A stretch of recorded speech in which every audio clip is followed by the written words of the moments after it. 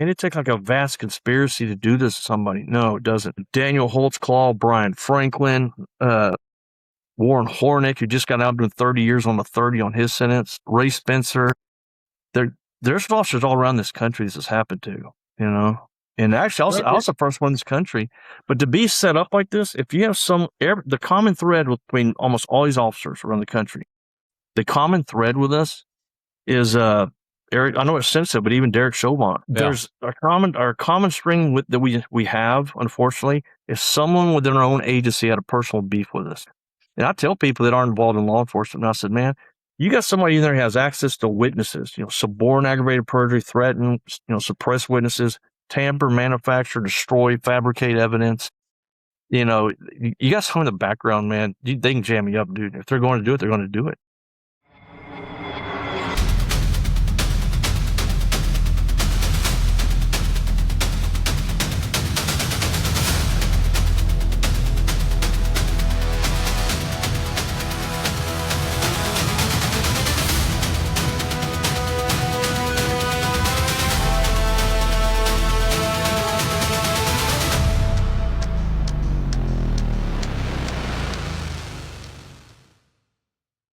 Hey, it's Lou Pember. Welcome to Lou Pember Speaks, author of the book Breaking Badly, my very own post-traumatic success story, having been a soldier, undercover law enforcement officer, TV and film actor, and entrepreneur now. Hey, life hands you lemonades, man. You know what I'm saying? So, listen, I have a very interesting guest today. I want to welcome you, by the way.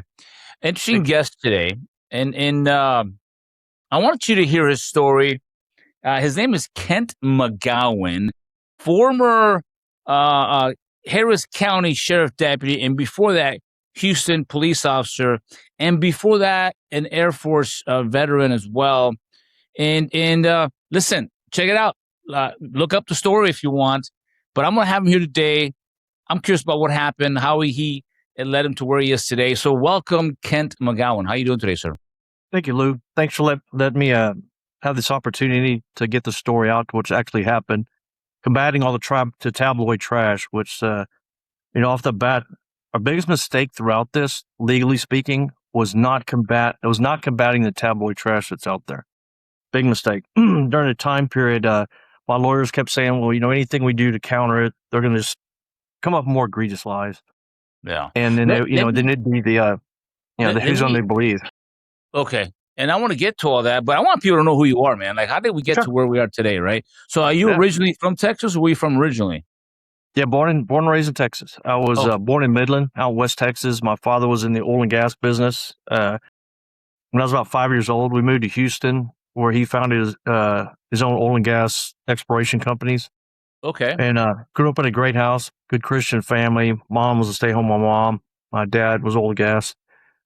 Two older siblings, two brothers that are 4 and 5 years older than me, and I have a younger sister, about a year and a half younger than me. Okay. And so you grew up in the Houston area? Yes, I grew up in the west part of Houston. Yes, sir. West part of Houston, okay. And at some point, you ended up in the Air Force. Is that something you always dreamt of, or opportunity came your way?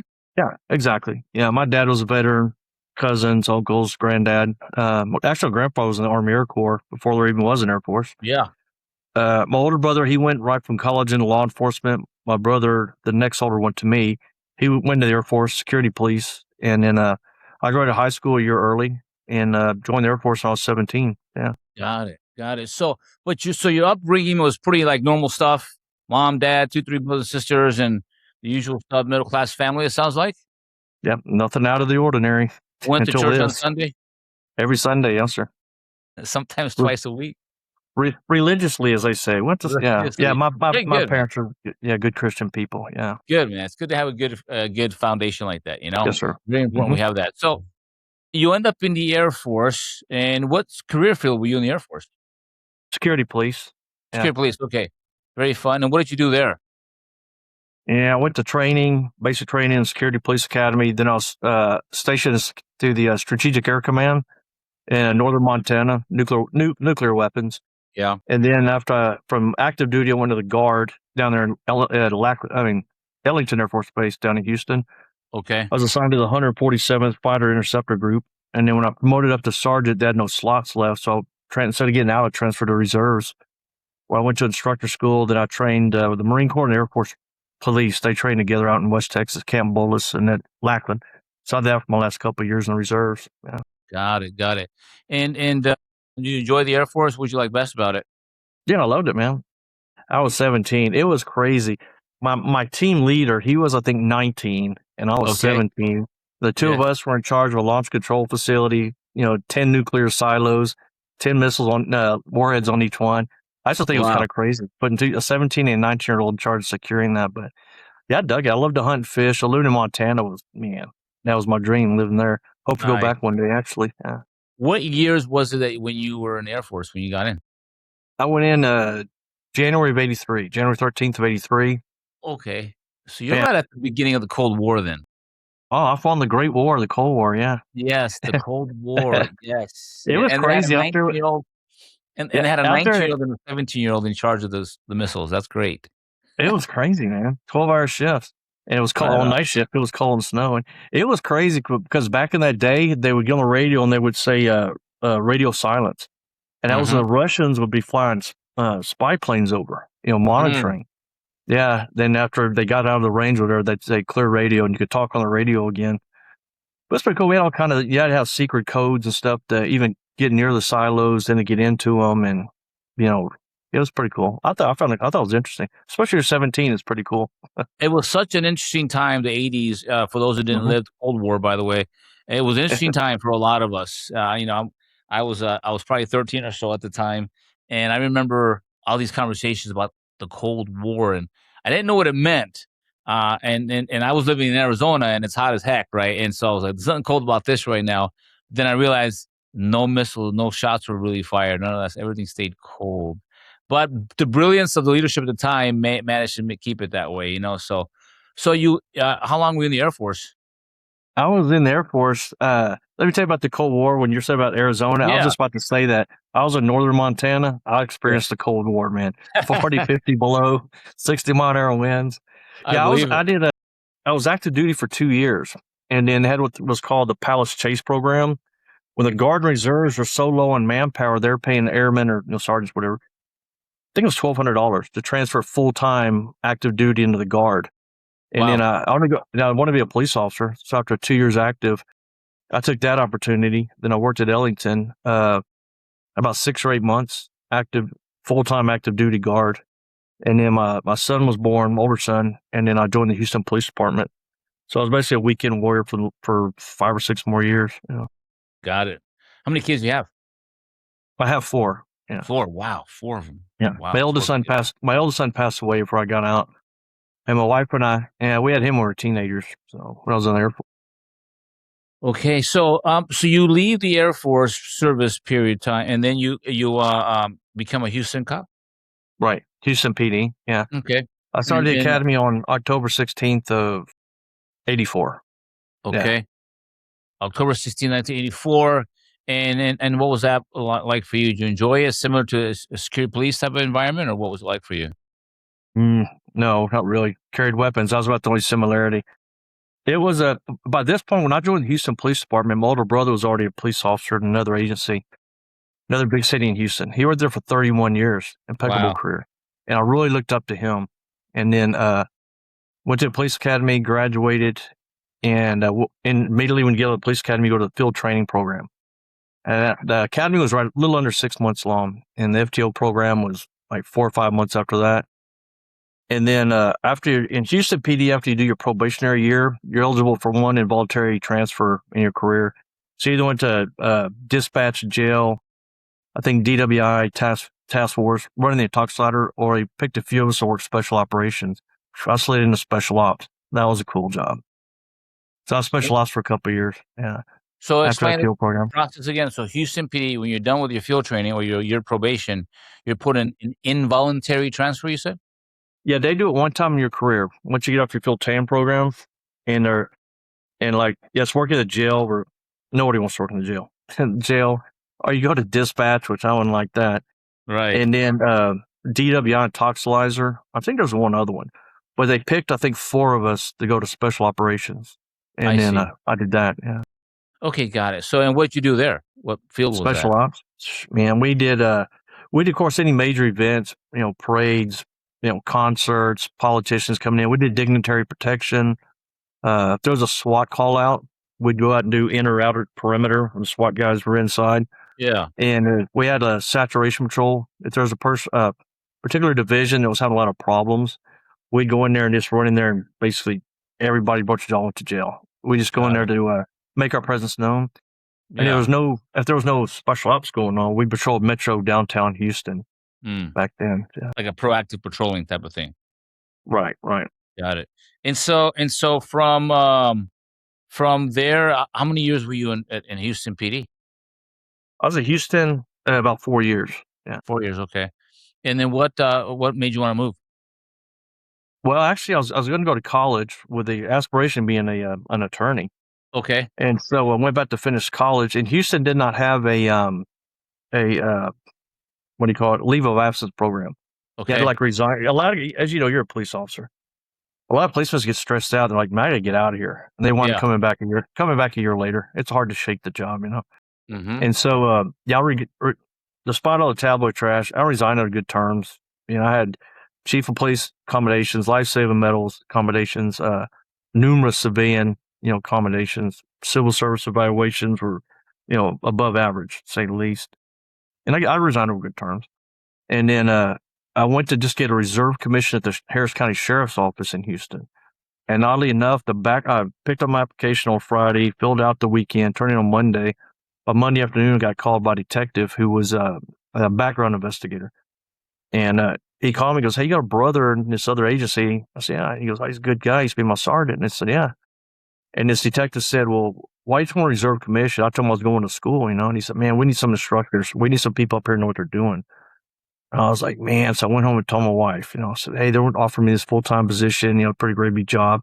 She's like, don't do it. You're going to suck right into it. So what I do, I went back to it. I was going to school, going on the job. And then I was an instructor about 14 months. And then they came up for some patrol slots. And I was chosen to go in the streets. They need patrolmen out there because it was way low manpower out there. The amount of people out there, the patrol deputies, was insane, to the population ratio. So I went out there on night shift in District 1 out in Northwest Harris County, which at the time it was surrounded by some bad areas. But most of District 1, it was like the affluent part of west of Harris County outside the city limits at the time. Now not. It's trash like everywhere else. After being gone so long, I drove over there to go to a meeting, and I was like, what happened out here? It is destroyed out there nowadays. Yeah. So you take the job in Harris County Sheriff's Department, and how long were you at the Sheriff's Department before the incident with Mrs. Susan White? How long were you there? About 3 years. 3 years, okay. So the incident with Susan White is what kind of led us speaking today, right? It's what led to the kind of the demise of your career, if you will, right? And so what happened that day? There's so much speculation and so much stuff that gets sent out. What were you you were on a call that day? Was there a dispatch? How did you lead up to that? Yeah, course of my duties, I stopped a character driving through the neighborhood at night, rolled through a stop sign in front of me. And I pulled him over, and he was he was 19. He was just like a hanger-on, if you would. And his best friend, come to find out after the shooting during the investigation, his best friend was Jason Aguilar, the son of the female suspect that wound up shooting. And I stopped this guy one time, no big deal, cut him loose, no citations, despite the cowboy trash. I ain't write him a ticket. Hey, don't roll through stop signs for a patrol car, dude. And then, I don't know, a couple weeks later, he does the same thing. And pull him over again. Excuse me. And of course, the traffic stop is like 2:00 in the morning. Yeah. And he just started talking. And he said, hey, man, you know about these guns showing up out here? And we did have a number of gunfights in that area. These, thugs rolling in from the city. And some houses have been shot up, cars have been shot up. Yeah, I was very suspect. And I wouldn't like not writing him a ticket. I would have let him go. We were just talking. So I was somewhat suspect as to why he would tell me this, but of course I want to listen, for the intel. And he said, hey, there's some gang members out of Houston that came up here and they kind of recruited these little thug wannabe gang members up in the county. and they wanted the youngsters up in the county to go burglarize homes for them, and they're mainly targeting rifles, semi-automatic rifles, Okay. AR-15s, Mini 14s, and whatnot. So I gave the guy my card and wrote, we had beepers then, no phones. So I write my beeper on the card and give it to him, and ran this by my lieutenant, Jay Coons, great guy, Marine. Can't speak highly enough about this man. But I ran it down to my lieutenant, because in between us was a sergeant who, not to get into all that, he was just no business being a policeman, let alone a sergeant. Nobody liked him, trusted him, and he despised all of us. Ridiculous guy. But anyway, Lieutenant Coons said, hey, keep me apprised of the situation. Yeah. So a couple weeks later, this informant, Michael Schaefer, he calls me on my pager. I call him back, and let me pause you for a second. So the guy you stopped, was he an informant then, or did he become an informant? He became, and okay, I didn't even recruit him. He just starts telling me stuff. So of course I'm gonna give him my beeper. I said, hey man, give me give me a call if something comes up with Was he like an unwitting informant? Was he working off charges, or was he working for money, or what was his deal? Nothing. Concerned citizen. That was suspect. Yeah, well, he wasn't like a good citizen guy. And it came out later as to why he did this. But he was talking, I was listening. I didn't ask him, hey man, you know anything about these guns? It's 2:00 in the morning. He was 19. I was only 27. Yeah. And I guess he felt a rapport or whatever. But to jump ahead, what came out in the long run was one of two scenarios. One, which he told me later on, that he was just scared of these dudes, that he wound up burning, setting them up on this deal. And another thing, which we'll get into, is this 19-year-old, now my informant, he had been living at the house where the suspect I wound up shooting lived, and he was the suspect's son's best buddy. He forgot to tell any of us this as just going into this mess. Okay, he left that detail out. So he left that little detail out. So this informant, what is his name? Michael Schaefer. Yeah. Michael Schaefer, okay. Right. Michael Schaefer. And Michael Schaefer was living with Susan White, correct? And her son. What's his name? Jason Aguilar. Jason Aguilar. Yeah. Jason Aguilar. Okay, so he's kind of crashing at their place. And so then, go ahead. Yeah, and sometime very shortly before the shooting, Michael Schaefer had left and moved in with his brother, because the suspect that I wound up shooting, she's threatening to kill him, her husband and whatnot. But when I had the information from him, and he called me on my beeper a couple weeks later, he said, hey, these guys I hang out with, they burglarized the house that night before. And he said they had a stolen gun they're looking to sell. All right, let me get back with you. I called my lieutenant. And he said, yeah, let's run it down, see where it goes, And so I called my informant back. We set up a buy bust for the next night. I come in wearing plain clothes, and we told him to meet us in a parking lot. It was a teen club, like 17 to 20-year-olds. And it was like 1:00 in the morning. So we set it up. I was in a wrecker working plain clothes, and I was observing the buy bust. I wasn't 20 yards from it. I see my informant get out with the cash. He hands it to Jason Aguilar, the suspect's son, and I see the stolen weapon get exchanged. And we did the takedown, and involved in the takedown was of course, your informant gets taken down. So let me pause you for a second. So those who don't understand, so the buy bust was set up with the informant. So meaning you sent the informant in to go buy this a stolen gun. Is that correct? Exactly. Yes. And you guys had eyes on him. You had eyes on him sitting in a tow truck. Is that what you said? I was sitting in a wrecker watching it. Okay, you're sitting observing from a wrecker, a tow truck, observing this hand-to-hand take place with the gun. And then what happened? At that point, I said the informant did the bus signal. It's a little thing I told him to do. Like when I had, I saw it anyway. So we did the takedown. We took down the informant, of course, and then Jason Aguilar, the son of the female I wound up shooting, and then another guy there the other guy that was there. His name was Keith Skura, and to this very day, 34 years later, the DA's office has hidden that guy from us, because Keith Skura was a name that I had, and then. Let me back up a hair here. I'd been to like a couple of just minor disturbances, just regular kids hanging out or whatever. And during that time, a couple of these the one in particular, this one boy I spoke with like 2 weeks before this, he brought it up. And he said, hey, there's a guy here named Keith Skura. He drives a red Beretta. He's dealing with automatic weapons, And so when Michael Schaefer, my informant, called me, He told me it was going to be Keith Skura and another guy that was with him. He never mentioned Jason Aguilar. But when we take down and do the arrest, the guy who wound up being Keith Skura, he told us his name was Daryl Tracy. He lied. And then the son of the suspect, the one shooting, Jason Aguilar, he was never mentioned to me. I didn't know who that kid was. He just was tagging along. And then, of course, we take everybody down. And there was 2 teenage girls that were in another car, but they were with them. And let these 2 young females go, admonish them. He didn't hang out with better people. They went down the street and they got Susan White, the suspect who wound up shooting, because her son was Jason Aguilar I just arrested. So 2 females, they go down to get her and her boyfriend. She was married, but not to this guy, Ray Valentine. He was married, but not to her. They were both having affairs. And anyway, they show up at the scene. That's actually the second time I ever saw this one in my life. Yeah, so, one time was so Susan White shows up with some guy named Valentine, basically to the crime scene that you guys had already taken over, right? Right. And this is her house? Oh, no, this is out in the parking lot of a club, just a few blocks away from the resident. I see.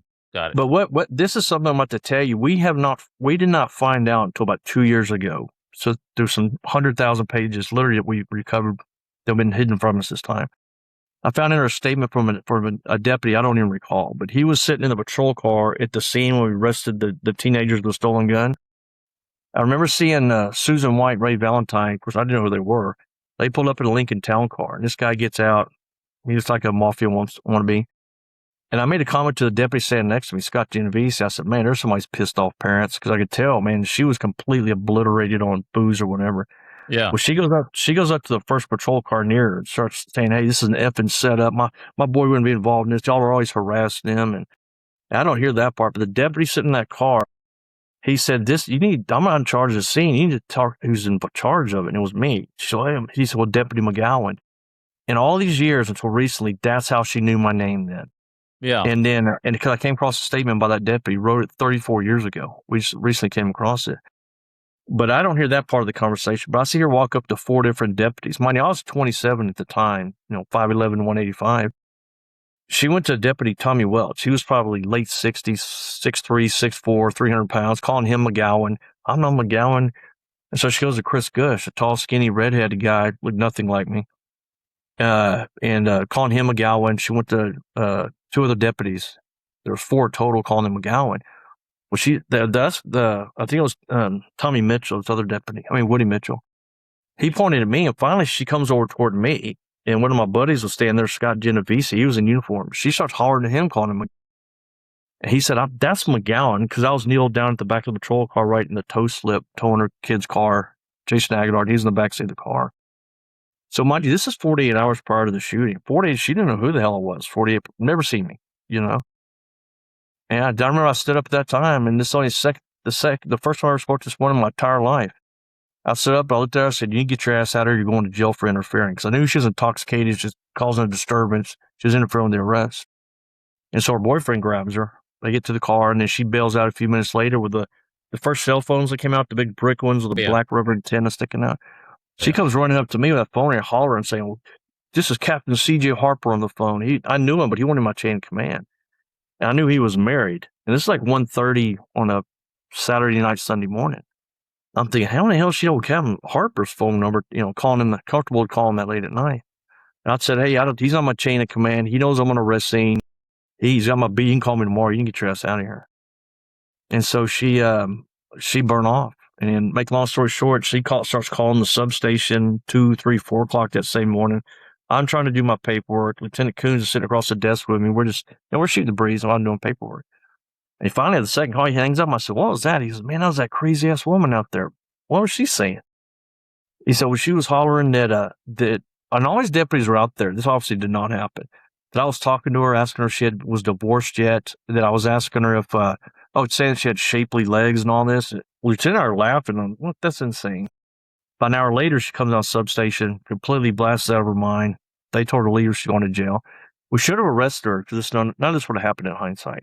So let me pause you for a second. So at the scene, she shows up and appears to be intoxicated, right? And then she's with a boyfriend. It appears they were together, who's not her husband. And then so she's during that time she doesn't even know who McGowan is all she knew was that somebody named Right. McGowan was like in charge of the scene, and she kept walking around at every cop she saw and asking, "Are you McGowan? Are you McGowan?" And then eventually she finds McGowan, and you're doing paperwork, right?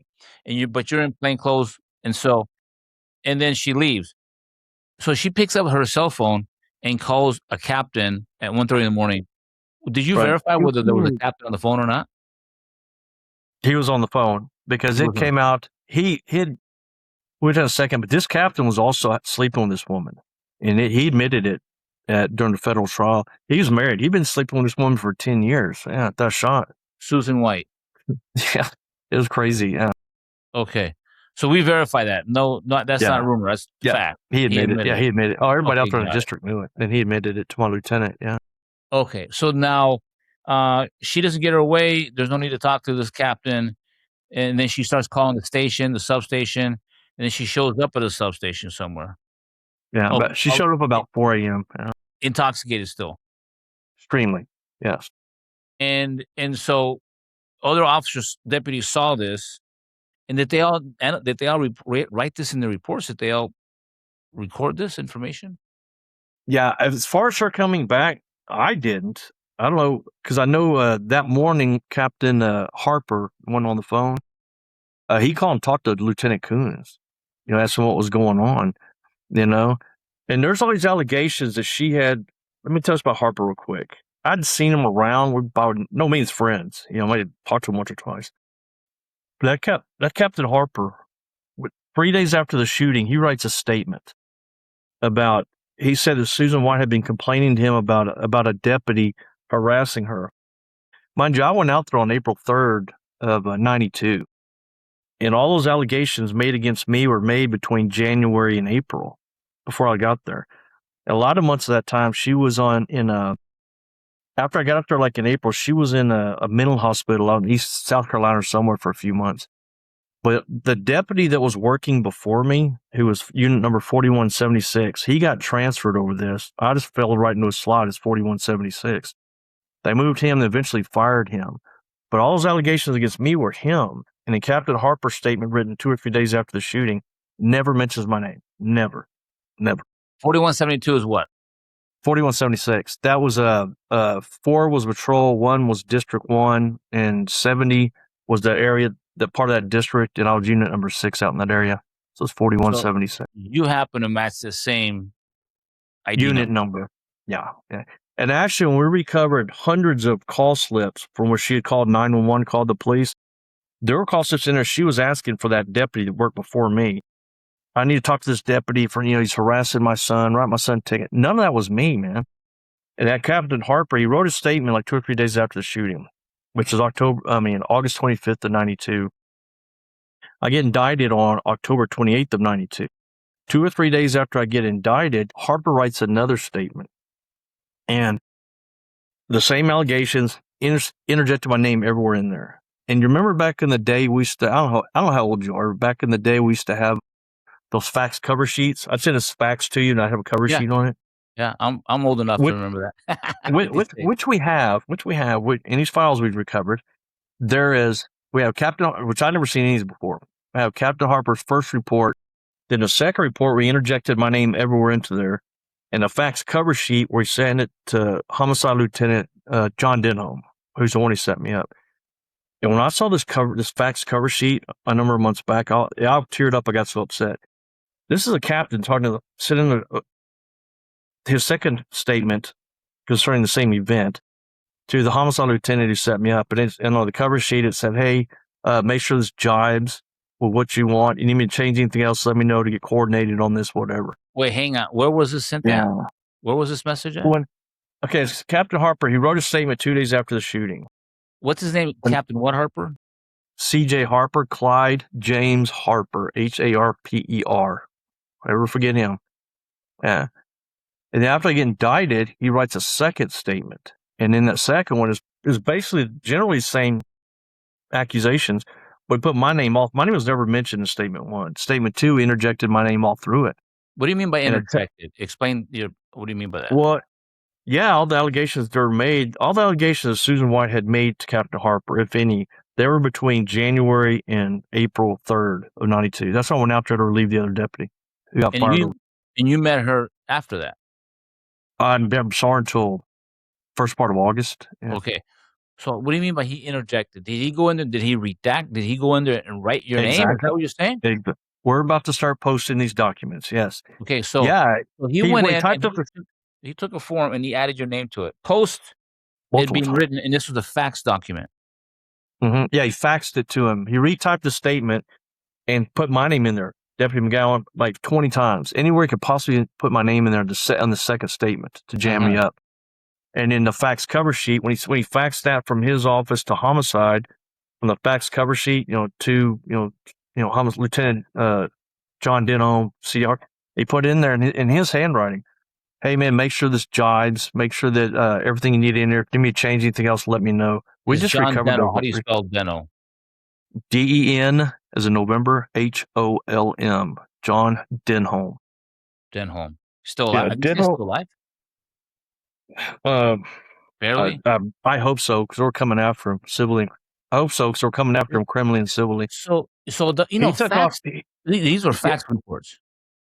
Yeah, he faxed them over to him. It's so easy to look at a fake. It's so easy when you look at a facsimile, Yeah. you can tell the difference. You can see the Yeah. different shade Yeah. usually, right? You can see the different tone. Right. Yeah. All right. So then what happened? Well, let me back up and discuss this John Denholm. Yeah. He's the crux of this. He's what did this, and not only me. I've been contacted as of last night by 14 more Harris County deputy sheriffs from back in the same time I was there. They got indicted. One did 15 years, 6 months in prison on a 16. Another one did 10. Another one's doing 3 40s and a 10. All set up by these same guys. Because there was a very corrupt clique back then run by a major, and Denholm was involved in that clique. And when I was worked as an instructor, Denholm was an admin sergeant. He never was my sergeant. And he was this very large, slovenly, obese, loudmouth guy from Ohio. Nobody liked him. And he was buddies with Ruggiero, my sergeant. But just made so much happened between that Denholm and me and my other partner, Ron Ackerman, who wound up doing 17 years in prison because of these same guys. I'm telling you, it's not just me I'm not saying these guys were picking on me. They went after anybody that was by the book, and would stand up to them. But John Denholm pulled a bunch of stuff when he was an admin sergeant. Caught him tampering my payroll. Should have arrested him for it. It's never happened. And then the day after I get in this shooting, this corrupt major who's running this little clique in there, this cabal of bad guys, he promotes this idiot sergeant to lieutenant, sends in a homicide in charge of my shooting. This guy had no experience, even an administrative sergeant. He had no experience in that investigations. And then I wound up getting 20. Partner Ackerman wound up getting 17. Number of guys reached out to me. They were set up back since I've come out public with this, after these years. And in 2014, I believe, the Texas Rangers became involved in this for a 4.5-year investigation. I'm explaining this to Rangers about this Denholm guy. And man, they look at it, I said, let me see if I got this right, Kent. They said, you and Ron Ackerman, your partner, and y'all bumped heads with Ackerman. It's John Denholm. Yeah, constantly. And he said, and both you guys wound up in prison when John Denholm's a lead investigator. Both you guys went in prison. This has raised no red flags for anybody. So Ranger's name was Val. I said, Val, man, I've been hollering this for at that point 25 years. Nobody's listening. Yeah. And he said, well, what did Denholm testify against you at your trial? Yeah, I had 3 trials. I said, he never testified against me. He said, well, why not? And I said, well, because the animosity would come out toward us, personal, animus toward me. And then he said, well, who from homicide testified against you? Nobody. I was clear by homicide. Man, he goes, then who from internal affairs testified against you? Nobody. I was clear by internal affairs. I'll never forget it. That Ranger looked at me and goes, how in the hell did you wind up convicted twice and sitting in prison, I said, crappy lawyers, man, and you're fighting a corrupt system because people have asked me, man, it take like a vast conspiracy to do this to somebody. No, it doesn't. Me, Daniel Holtzclaw, Brian Franklin, Warren Hornick, who just got out doing 30 years on the 30 on his sentence, Ray Spencer. There's officers all around this country this has happened to, And actually, I was the first one in this country. But to be set up like this, if you have the common thread between almost all these officers around the country, the common thread with us is Eric. I know it's sensitive, but even Derek Chauvin.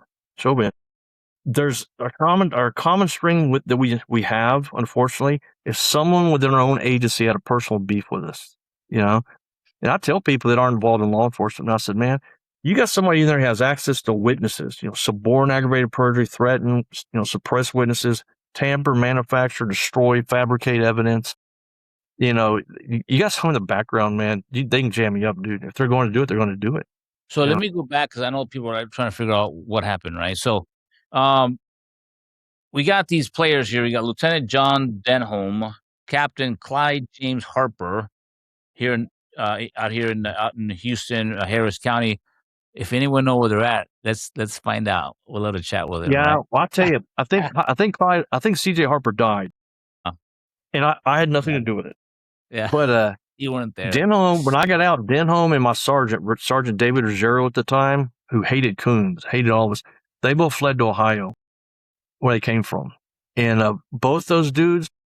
Let me jump ahead again. When I was eligible for parole, I had a 20-year sentence. And I fell under old law, quarter law. I only had to do 5 years before I was eligible for parole. Uh-huh. I was eligible for parole for 15 years before I got out. I had 9 set-offs from parole. And finally I had like 11 months left on my sentence. And the parole commissioner, Tracy Long was her name. I'll never forget this lady. Because of some death threats and whatever, I was finally at the end, last couple of years, put in a private unit outside of Houston and Cleveland. And a major, great guy. He comes there and gets me. And he said, hey, parole wants to see you. I said, all right. Well, parole in Texas, I don't know about other states, but I know everything about Texas. You don't go between like 3, 5, or 7 parole commissioners and, man, I'm sorry, I shouldn't have done it. I'm changed, or I didn't do this, whatever. Very rarely do you get to see any of your voters. If you do, it's only one. Unless you have to have like a super high profile case or a lot of political, chaos or whatever, which I had both.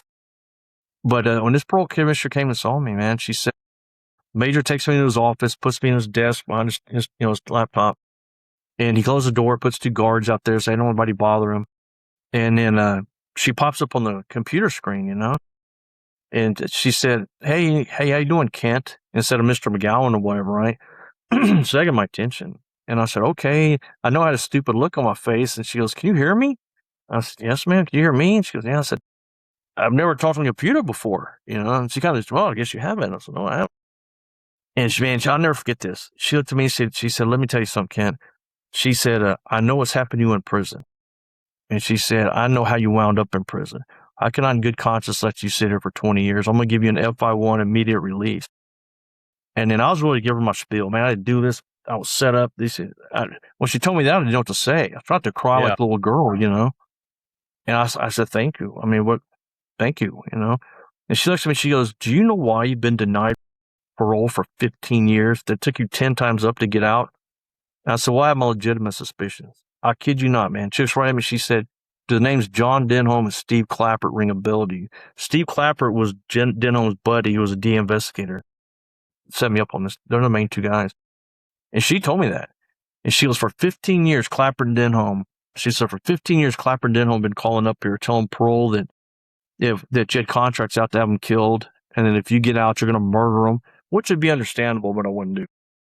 All right. I mean, and I was like, what? So she grants you the parole at that point? Yeah, and it took 86 days to get me out because they kept calling. And when I got out, first I went to Harris County, and my parole officer had 2, because of my crazy case. I had a supervisor and a regular parole officer assigned to me. And I got out on the 14th of July, 21. And the next day, which was a Thursday, I had to go to my parole officer. They told me the same thing. They said, well, we've had these people calling here constantly for 2 weeks knowing you're coming here. Then I transferred up to Montgomery County to get away from Houston a few months later. Yeah. Montgomery County parole officer, they were totally cool, man. Miss Mathis, I can't give her heads up. She really helped me out. But Miss Mathis said, she said the same thing. He said, man, these people are calling up here saying you're going to kill them and all kind of stuff. Because they got panicky. Because my 19 years, 4 months, and 4 days on a 20-year prison sentence, I went to 20 different prison units, man. The stories I could tell you, they would be so shocking you wouldn't believe them. I'm telling you, but they're all well documented because there were lawsuits filed, and whatever criminal charges over this stuff. But they attempted to murder me many times in there. I mean, so straight up tried to have me assassinated in there. And I got to say this guy's name, man, Ray Hunt, the executive director of the Houston Police Union. That man, and then an elected Texas official, because of his position, and asked me not to say his name. These two men saved my life multiple times, man. They saved me not only physically but mentally. And because every time someone would come up, I mean, I'm telling you, because of who I was, my position and whatnot, it made prison exponentially more dangerous for me, more difficult than most other people. Let's get to how you end up in prison, man. So we're at Susan White goes to the scene, a buy bust on her kid. There's an informant involved. She then tracks you guys down. She's following you guys around. Lo and behold, the captain, one of the captains, was in fact Harper was having was he the one having an affair with the lady, or was some other guy? Oh yeah, no, he admitted it. Yeah. So Captain Harper, who was involved with this woman, who was not his wife, answers the phone call at 1:30 in the morning, right? And then so she's tracks you guys down at the substation, and then what happens from there? Well, when she came to the substation, she left that morning, and then because Coon said, Lieutenant Coon, he come back, you're going to jail, and so she burned off. And then that morning she got home, and back when I used to have long distance phone bills, she starts going through her. We didn't find this out for 30 years. She was going through her long distance phone bills, just calling numbers that she didn't know, and she's trying to find out who Susan White, the suspect. Okay, I didn't even say her name. She was nothing to me but a felony suspect, so I just say the suspect. Yeah, and this is how she got hold of Michael Schaefer's family, because Michael Schaefer, when he was living there, he was calling his aunt and his mom lived in Austin and Killeen. The informant. So yeah. So Susan White's just calling these random long distance numbers and gets a hold of Michael Schaefer, my informant's aunt in Killeen, making threats. Don't you watch TV? Don't you informants in Houston get killed? Don't you watch see what happens with snitches? Blah blah blah. Okay. So she makes the threats to her. Then she makes the threats to Michael Schaefer, the informant's mother in Austin, which gets back to him. And this was on the arrest of them was like 1:30 morning on Sunday. This is like 4:00 Sunday afternoon, the same day of the arrest, like 10 hours later, or whatever. Yeah, and so my long story short, the informant calls me. He's, where are you? He's told me all these threats. I said, where are you? And he was at his brother's house. He's at his brother's house hiding out. The same brother who texted me a couple of days ago threatened me, by the way. But he was hiding out there. I said, you safe there? And he said, yeah. That's all right. And so I'll go in tonight and call the DA's office, get all the information from you, call the district attorney's office. They accepted charges on felony retaliation for threatening a witness, the informant. So they're charging Susan White with threatening, intimidating an informant. And then what happens there? Was she officially charged with that, or what happened? Yeah, and I was glad you asked that, because let me tell you, I didn't remember this until somebody asked me about a week ago. Yeah. I totally forgot about it for many years. A week after the shooting, I get a call by a female prosecutor at the DA's office, and she said, hey, this is, I don't even remember what her name was, but she said, hey, I'm calling you about the Susan White case. I'm like, this is the week after the shooting. And I said, yeah. And she said, I need to get him to talk to you something about this. I was like, yeah, that's weird. They wouldn't call me about the shooting.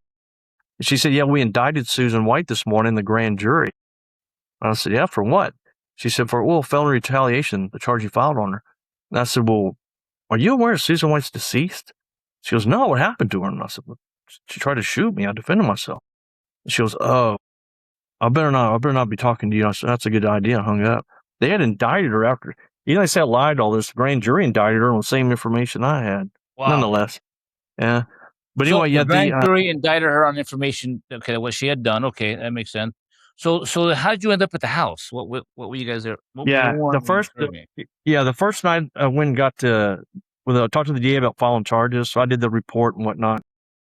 And then I go to the DA's office. By the time we finished the paperwork and, the probable cause statement, the defendant descriptor, whatever, it was like 4 a.m.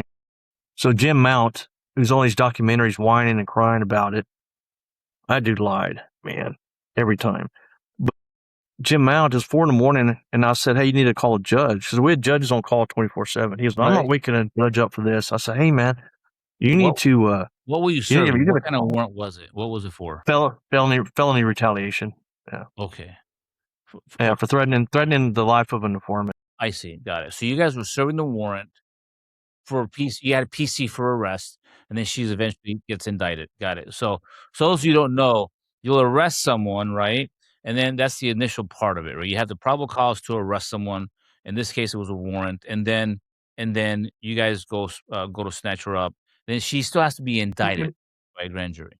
So now we're at you're there serving the warrant. You had the PC. So go ahead. Yeah.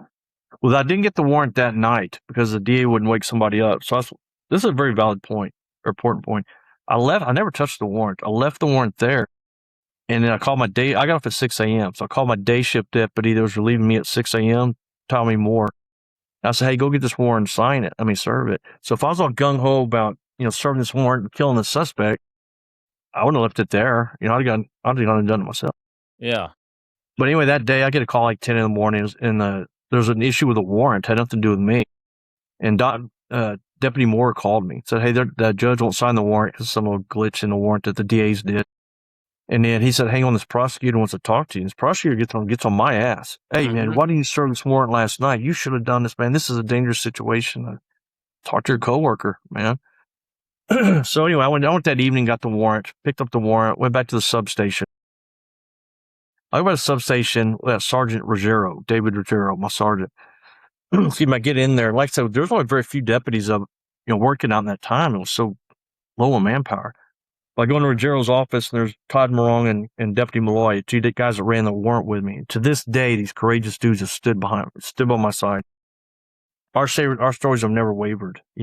I wasn't buddies with these guys. Never saw them off duty. We ran calls together at night. That was it. And to their caused them a lot of problems, man. For 34 years, these guys have gone to guns for me. Let me ask you a question. The charge that you went, the warrant was to arrest a suspect for making threats and intimidation of statements or actions toward a witness, right? Can I ask you this question?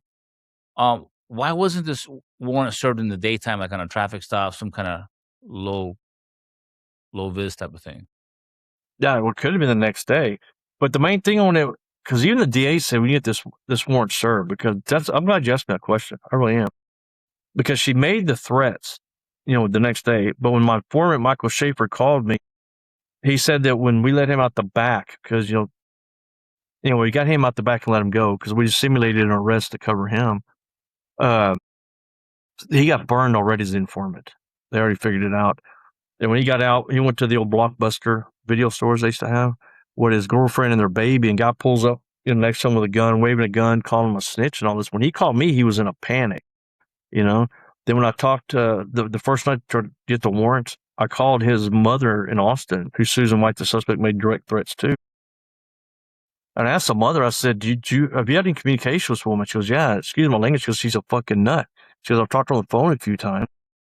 And I said, well, do you think that she has the ability to have something happen to Michael Scherf, say to your son, Michael, cause him, bodily injury or death, have him killed? She said, yeah. She goes, I think the one's crazy. So you're saying, so you guys had the extenuating circumstances. You said, we got to get her now. There was a necessity to get her arrested. Okay. Yeah. So my lieutenant ordered. Get her? When did you guys go get her? Yeah, my lieutenant said, get the warrant and go get this woman served, pick her up, because he deserved her after crazy. What time of day was it? When we served the warrant? Yes. Well, I worked night shift 10 to 6. So I went in early, got the warrant, went to a judge's house, talked to him for a while, and got it signed. And then I got back to the station. It was like 12:30, maybe 12:45, midnight. And then I walked into the sergeant's office. I bumped on the radio, and he said, "Bring the warrant in." All right. So I went to the sergeant's office. He's sitting there in the comfort and safety and security of his air-conditioned office. He yanks the warrant out of my hand, looks at it, and he goes, well, take Morong and Malloy, the two good deputies, they just happened to be in there. He said, take Morong and Malloy. Is it okay if I cuss when I do a direct quote? Yeah, sure. Yeah. He goes, take Morong and Malloy and run the fucking warrant. This is just this guy's attitude, the way he talked to everybody. Yeah. And then I said, hey, man, you need to go out there. You're the sergeant, you're a supervisor. You need to go out and run this, man. There's drugs, weapons, burglary, gang, all kind of gang shit going on. And I'll never forget this, man. Actually, this is the first sentence in the book that was recently written. It said, "What are you, some kind of fucking pussy?" That's the first sentence of the book. Because that's what that Ruggiero looked at me. He goes, "What are you, some kind of fucking pussy? Take him on more and run the fucking warrant, man." What I does the said, "Look, man, procedure say? What does the SOP say? the supervisor should get his ass out there." You Okay. know, what sergeant wouldn't? You know? Right. And then I told him, that's the other thing. If I was going to commit murder, I wouldn't take this sergeant that hated me and I hated him. You know, nobody trusted that guy. So you So guys I said, go, "Look, it man." was you and two other cops Yeah. go serve the warrant. Right. Before we left, I told that sergeant, I said, "Hey, man, you need to get more deputies out here. You want 3 of us to run out this felony warrant?" Yeah. And that's the other thing. I just got after. I didn't know these other deputies. Why would we want to get more witnesses to the murder? And again, he said, "What are you, fucking pussy? Take Moran Malloy and run the fucking warrant." Man, whatever, dude. So hey, Moran and Malloy, we're just one-man units. We took the 3 shops, or patrol cars. And we went to it was only 5 or 6 minutes from the station. Yeah. And we parked at the next door, went up. Deputy Malloy went to the back to maintain security. Morong and I went to the front door. And Morong was banging on the door. And then maybe a few minutes later, the suspect comes to the door. It was a big double cut French door, like cut glass, whatever. You could see her moving around through. You couldn't like see her detail, but you see her moving around behind the door. It was dark in the house. You could see her, the lights in the back. And she was, "Who is it?" You know, and Morong was doing all the talking. He said, "Sheriff's Department, Miss White, you need to open the door." "I might open the door," you know, and she reported 911 calls like 34 nights in a row. She was just always calling the police, and she would open up with a thong or nothing on or whatever. How many nights in a row? For 34 nights in a row. She constantly was calling the police out there. About what? She had this thing for police. I was always about somebody's going to break in my house, somebody's threatening to rob me. But she would open the door. I never experienced it because I never saw her. I just went out there. But she would open the door where if these other deputies came forward back then and told us, man, and she would open the door wearing like a thong or nothing or a little 90, whatever, you know, trying to pull us. Because there were a number of deputies out there that were in, you know, having illicit affairs with her. Yeah. And then, which fell on me. I was probably the only one who wasn't out there. But anyway, she's hollering through the door, you know. And then finally, that's what I think you've heard the recordings. She calls the sheriff's department. She's asking for Lieutenant Coons. Oh, she's asking for Coons. Then she's calling 911. You know, she's saying there's detectives out here, which we weren't. They were in uniform. There's detectives out here. They say they're with the sheriff's department, and the dispatchers are telling her, "Hey, you need to open your door and surrender." You know. And then Morong's trying to talk to her through the door. And then Morong said, using subterfuge, he said, Miss White, you reported some property stolen. We're trying to get it back to you. Let me see your IDs. Morong's, you have to open the door. We're trying to get her to snatch out, you know, open the door and grab her out. Yeah. And this is what I've said on every podcast and countless times elsewhere. This is why you don't knock on doors. The only time out of all I run a bunch of felony warrants, you know. And the one time we didn't just kick in the door. You know, that no knock is, you don't knock on the door. Because, you know, a suspect grab a gun, which happened here, you know, you've been a policeman. They can destroy evidence, run, flee, hide, and whatnot. We just were, you know, being in this nice neighborhood. We didn't know she was a, you know, full-on psychotic, drug-addicted, alcoholic, homicidal lunatic. But, so anyway, dispatcher's telling her to open the door. She doesn't. So I didn't trust that sergeant. And we had a signed felony warrant by judge. We didn't need a supervisor's permission. I told him wrong. Hey, I'm going to bump this sergeant. So I called Ruggiero on the back channel, which wasn't monitored. And I said, "Hey, man," I said, "we've been out like 15 minutes. She's going to open the door. What do you want us to do?" He goes, "There's a fucking felony warrant in it." I said, "Yeah, I know it is. What do you want us to do?" He goes, "Kick the fucking door." I said, "Look, man, you need to get out here." You know? He still want to come out here. What if he would have said, "No, don't get the door. I'm going to come out there." This wouldn't happen. Because he'd be too cowardly to go in the house. Mm-hmm.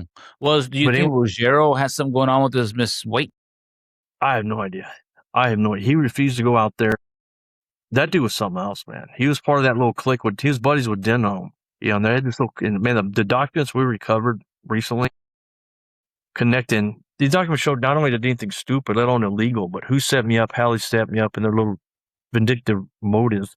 And all these other people have started to come forward. That the Harris County DA's office is now involved. Because not only what happened to me, what happened to these other guys getting involved. They've come forward. Well, you know, we may have to do a part 2 on that, man. But right now, you're at the door, or your guys at the front door. You're on the side somewhere, or the back door. I'm at the front door. Wrong. Deputy Malloy's at the back door. Yeah. So you guys wouldn't kick the door down for what reason? Yeah, we went up. I was a pretty good sized guy back then. Morong's a lot bigger than me. Big old Marine. So I told Morong, I said, hey, Zero said to kick the door. And so Morong kicked it a couple of times. There was a big double doors opening out for whatever reason. It wasn't coming down. And so I told, which people have made an issue over. I told Morong, I said, hey, just maintain up here security. I'm going to go around the back with Malloy and we'll kick the door. So Morong's arm. Because no sense in tearing down $10,000 worth of door. Yeah. So I go around the back with Malloy. We bang on the door for 2-3 minutes. No answer. So I told Malloy to kick it. And mind you, if Morong would have kicked those doors in, he would have wound up shooting the suspect. He'd have been the first one in, right? So in the course of Malloy and I we're on the back door knocking. Morong sees her going through the house, headed towards us. So he burns around the house, lets us know, hey, the suspect's coming toward you, you know. And at this point, when Malloy hits the door once, nothing. He kicks a second time, and he was a big guy too, well over 6 foot.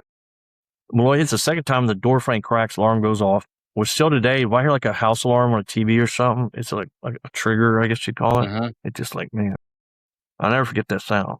But anyway, so Malloy hit it a third time. We did, the whole door crashed in. Malloy entered first, but the suspect had destroyed the house. When her husband left her for their little maid he already had a kid with, she was just pissed, man. She went crazy on drugs, whatever more. Destroyed the entire house. And then, but there's trash packed up in this little utility room. Well, Mike Malloy trips and falls. So doing what you were trained in the military, I was trained in the military, and you were a police officer too. Yeah, I went over him to protect him, right? He's laying on the floor in the dark, trying to scramble, grabbing his weapon, his light, or whatever. So I immediately go, kind of step over Malloy, and that puts me number one at stake, first guy in, right? Yeah. That's another thing. If Malloy wouldn't have tripped, he would have shot the suspect, you know? But anyway, I cleared the little breakfast area, whatever. I swing to the right. There's a very large living room, and there was a door on the opposite wall of the living room. I see the suspect cross the door. She's not going in the door. She's crossing from right to left. I see something. I mean, it's a split second. I see something in her hand, her right hand. I thought it was the phone. She'd been running around hollering on the damn portable phone for 20 minutes. And so we beeline right toward the bedroom. And there's a lot of controversy and tabloid stuff out there. Yeah, he ran right to the bedroom and shot her. Well, everybody knows we saw the suspect. I'm not going to go search the house. Well, there's a suspect I'm there to arrest. I'm not going to go search the house when I see the suspect. That didn't make sense. You followed her. It was hot pursuit. Yeah, exactly. So I beeline in. I knew I have to run in the door. Well, if you're facing the door swung open to the left, and it wouldn't open all the way because there was like a small chest of drawers or something with a TV and a TV converter box on it. Were door the lights swings on? over. I lean in. Negative. Somebody said the TV might have been on. I don't recall it. Okay. But I think somebody said it, but it's all just happened. Bada boom, bada bing, you know? It was at night, So- dark. Yeah. It was 1:30 in the morning. You have a flashlight? Oh, yeah. SL35 Scream. Okay. But I have my Glock in my right hand, my flashlight in my left. I lean the corner, and I see a suspect there with a gun in her right hand, clearly see her, and her right elbow, like in the right side, pointing the gun right at me.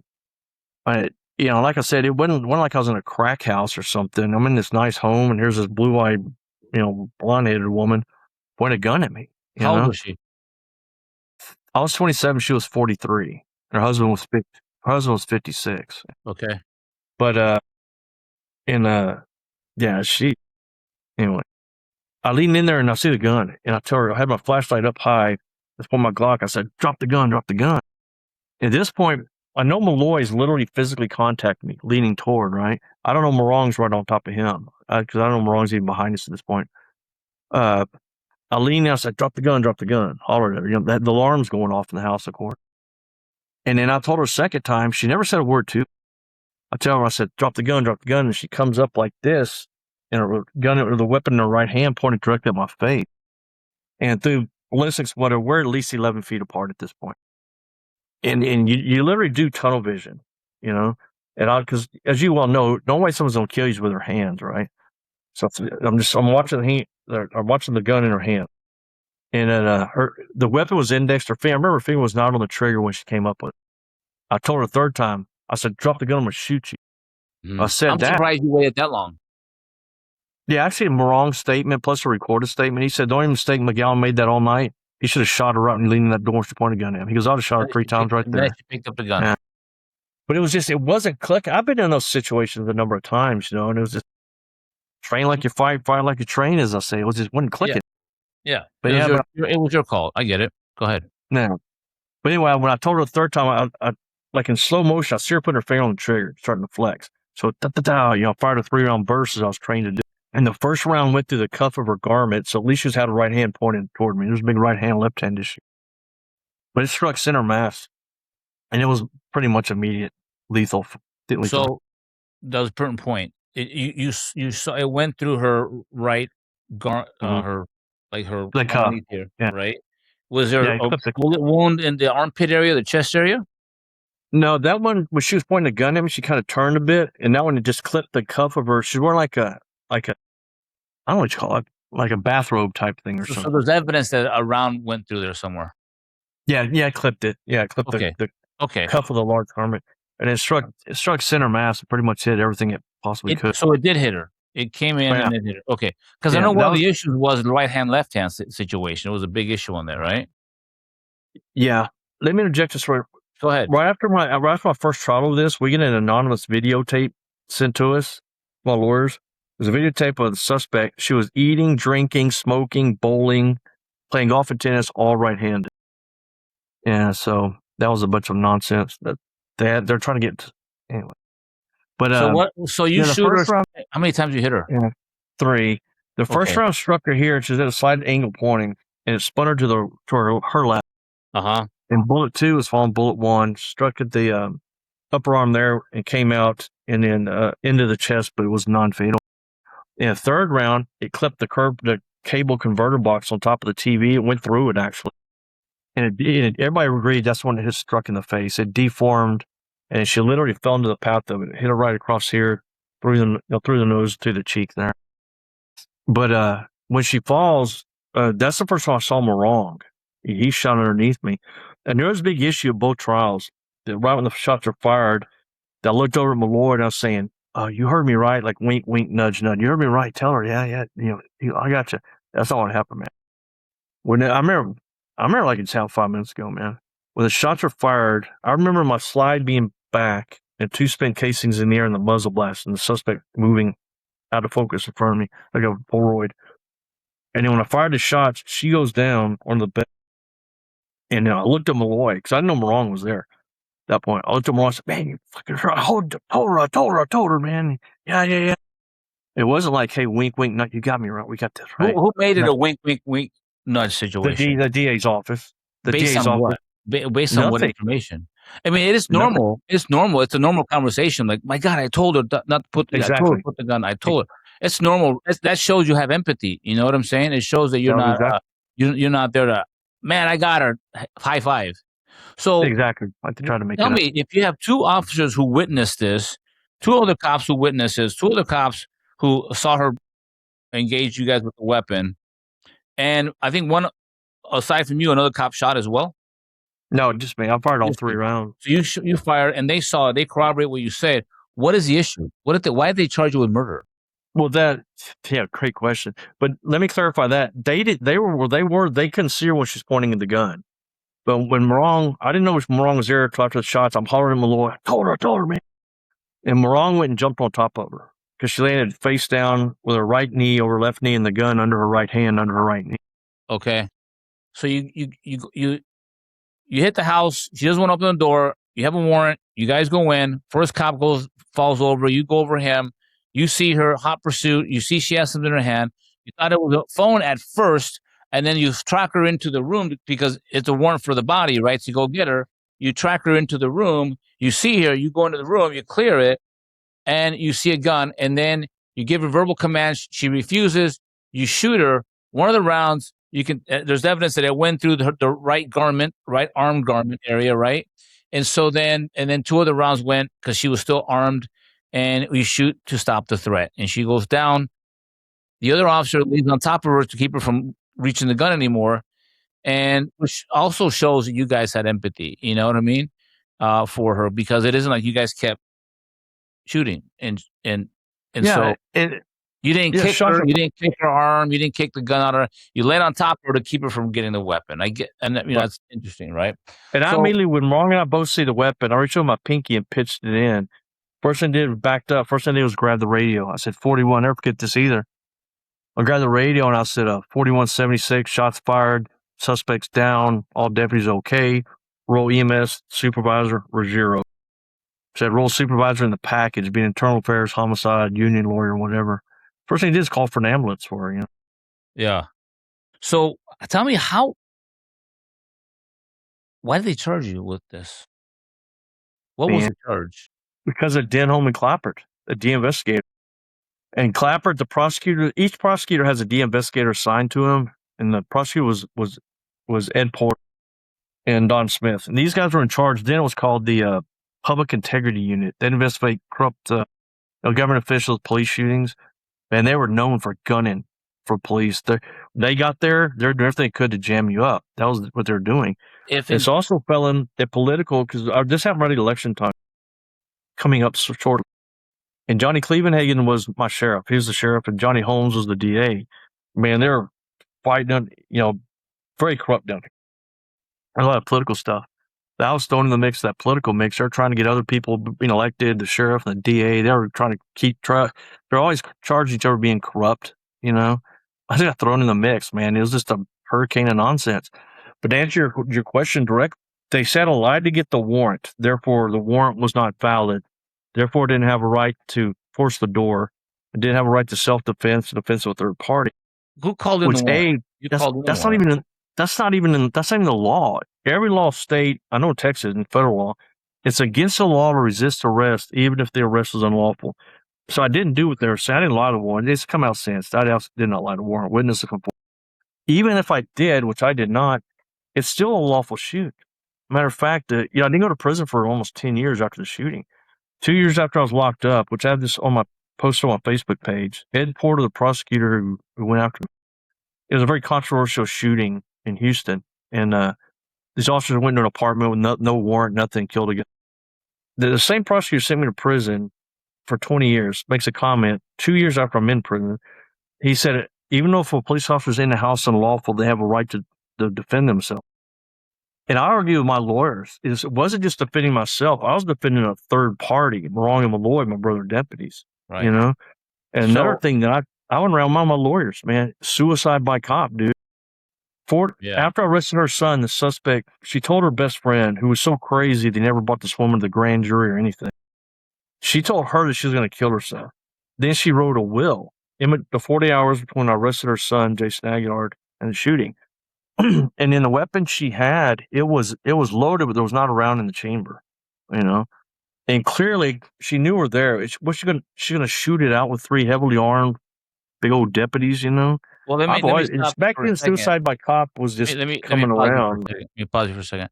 So even in the 911 call, when she called that day to report that you guys were there, if you listen to that 911 call, she sounds, she's almost incoherent. She sounds very much intoxicated. Okay. Yeah, she was on 4 different drugs. Did they ever get the toxicology on that? What was her BAC? What was she on? What was on board? Yeah, she had no alcohol. She was a raging alcoholic. There's no alcohol in her system. She was on, she was 4 different drugs. Lorazepam? I remember one was, yes, and then Soma. Back pain. I don't know if Soma and Miltown's the same thing, but I remember seeing Soma, Miltan, I think diazepam. So diazepam is a barbiturate. Soma is a tranquilizer, usually used for back pain. Very strong. They're all very strong medications. So, okay, so that explains why she sounded the way. She's very lethargic, almost intoxicated on the 911 call. So, just in the interest of time, because we can talk for hours here, you get charged with what exactly? With murder. Okay. Yeah. Because they're saying that you lied on the warrant, yet the affidavit, you wrote an affidavit, you called in the warrant, you swore to it. The judge had to hear it. The facts were as they are, and there's proof that she was threatening and intimidating a CI.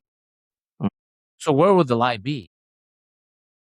I'll tell you, through the appeals, this is crazy. On the Senate, throughout the appellate process, the appellate lawyers said, the appellate judges, I should say, that I didn't lie about about the threats.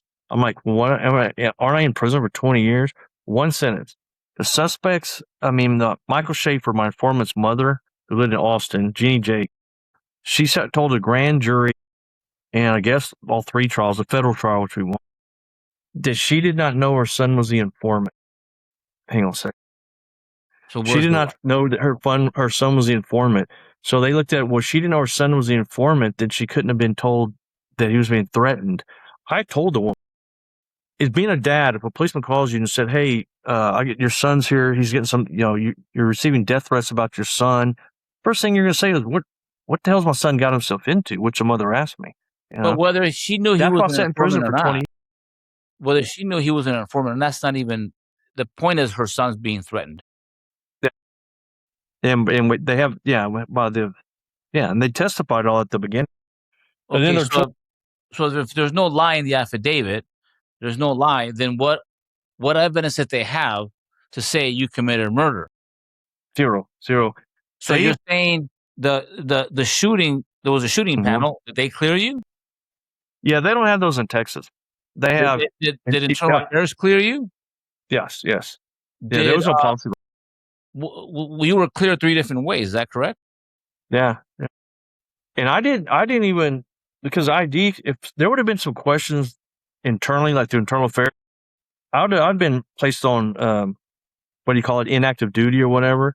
I went back. I never even had a day off after this. Like nowadays, officers get shootings that go through, all this stuff. Yeah. I don't know. So we went back to work.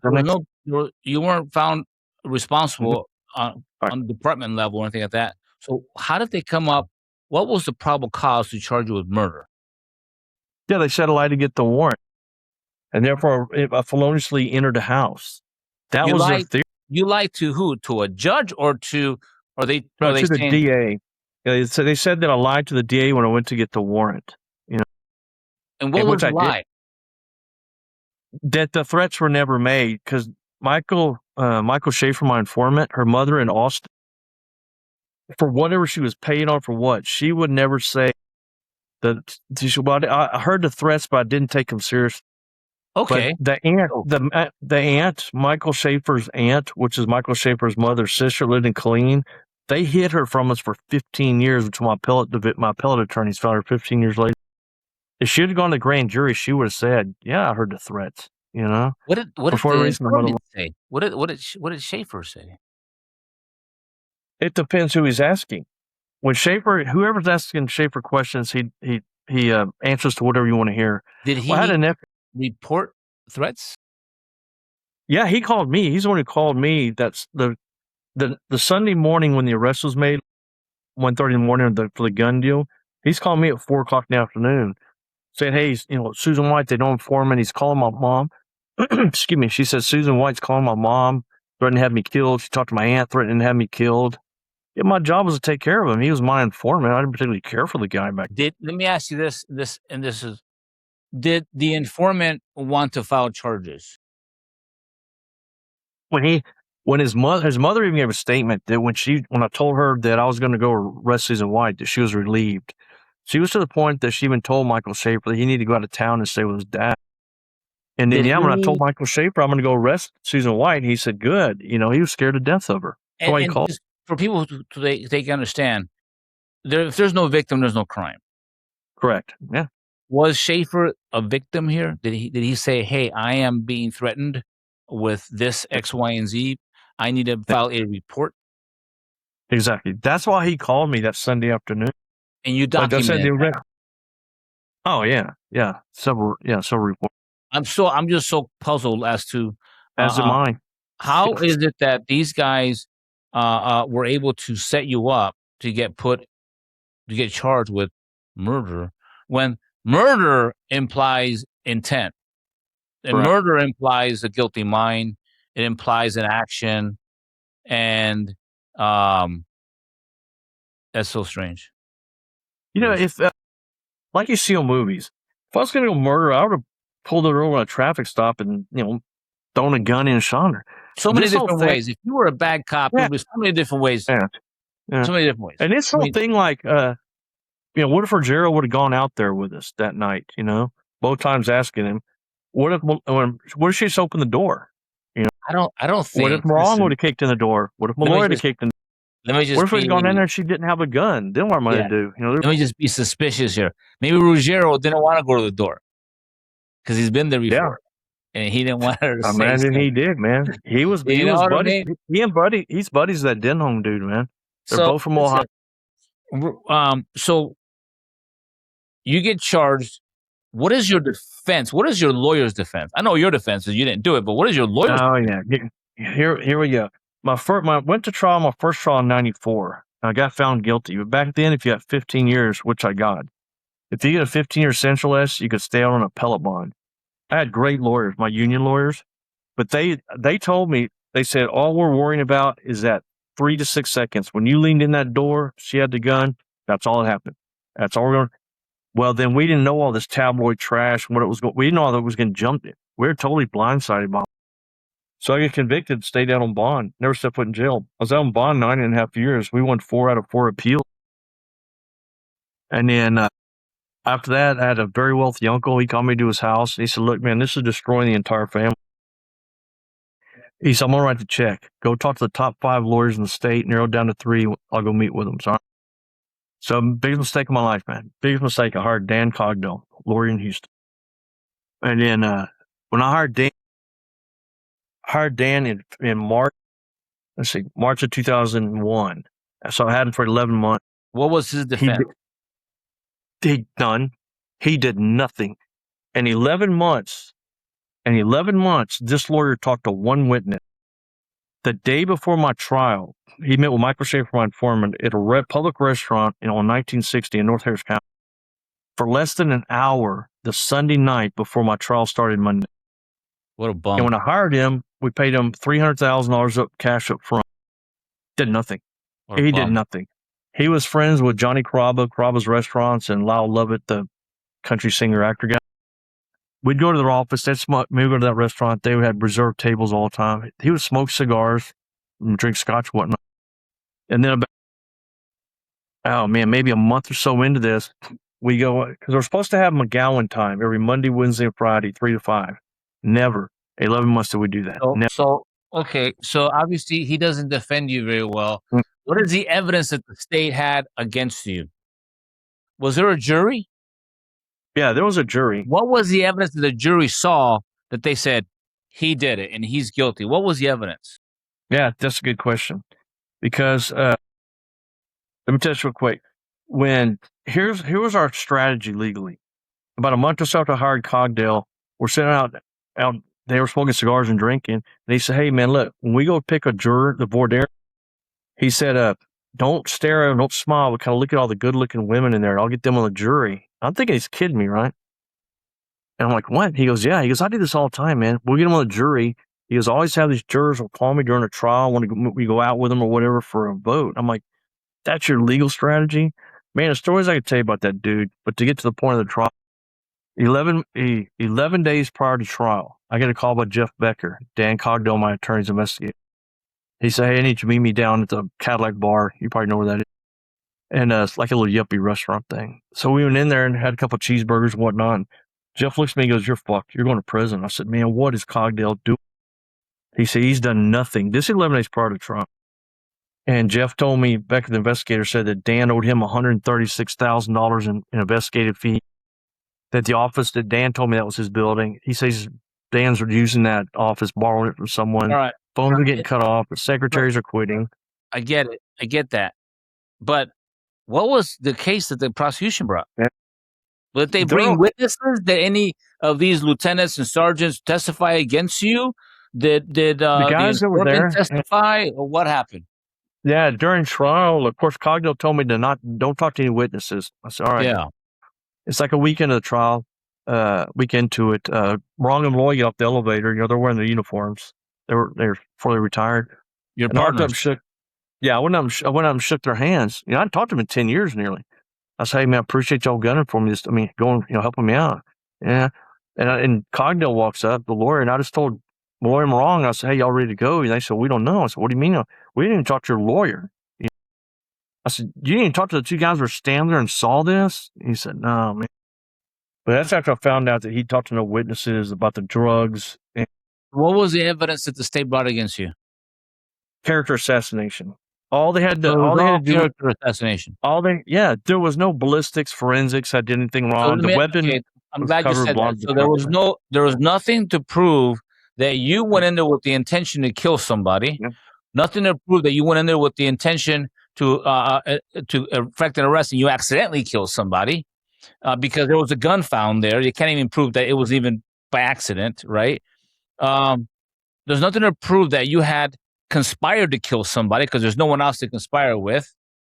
So what did they have phone records of you wanting to kill this woman? Did they have beeper messages? That's a great question there. The DA's office subpoena, of course, that's the way it beeper. Yeah, I remember. The subpoena, the DA's office, they subpoenaed my beeper. The suspect had never called me. And then I was either at my dad's ranch or at the lake house where I lived in a different county. We never called each other either way. Nobody had ever seen it. She never mentioned my name. They alleged that you guys knew each other. Yeah, and they had she had never mentioned my name anywhere until 48 hours before the shoot. And so what these guys are gunning for me, they put out this release all this nonsense to the general public and whatever. And then during my trial, they just had like, you're a policeman, you're in the military. There's probably been a few people just didn't like you, the way you comb your hair or whatever. Man, I could have had 1,000 officers up there, literally. My lawyer never talked to any police officer to back me up, as a character witness. So they brought in these 5 people. There were 2 agencies. It wasn't like we fought or anything. They just had a hard on. One of them was blackmailed. We found out he wound up committing suicide due to guilty conscience over there. Wow. But yeah, and then when after I got found guilty, I was found guilty on a Friday, and that weekend was actually of murder. Yeah, I was found guilty on a Friday, and actually that weekend was my birthday, my anniversary, and Easter. I spent that weekend in jail, county jail here in Houston, Harris County.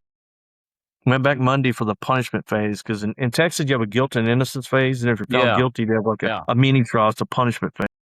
Yeah. Yeah, and so after that, I got found 20. I got 20. Hear my mom wailing, and then my Cognos co-counsel was a lawyer named Alan Goodling, and Alan went back there and talked to the jury. And Dan had not practiced law in a year. He knocked up some dancer, got her pregnant, gave her $1 million for the kid. This dude's something else. But anyway, they, and all this is. So listen, you mentioned you had some documents. Is that something we can talk about later on? Roger that. Let me tell you about the documents. But hang on, real quick. Hang on. Can we talk about them? Is this something we can talk about again and share? I can shoot them to you, yeah. Okay. So I want to do this. I don't like going too long. We were about an hour, 20 minutes.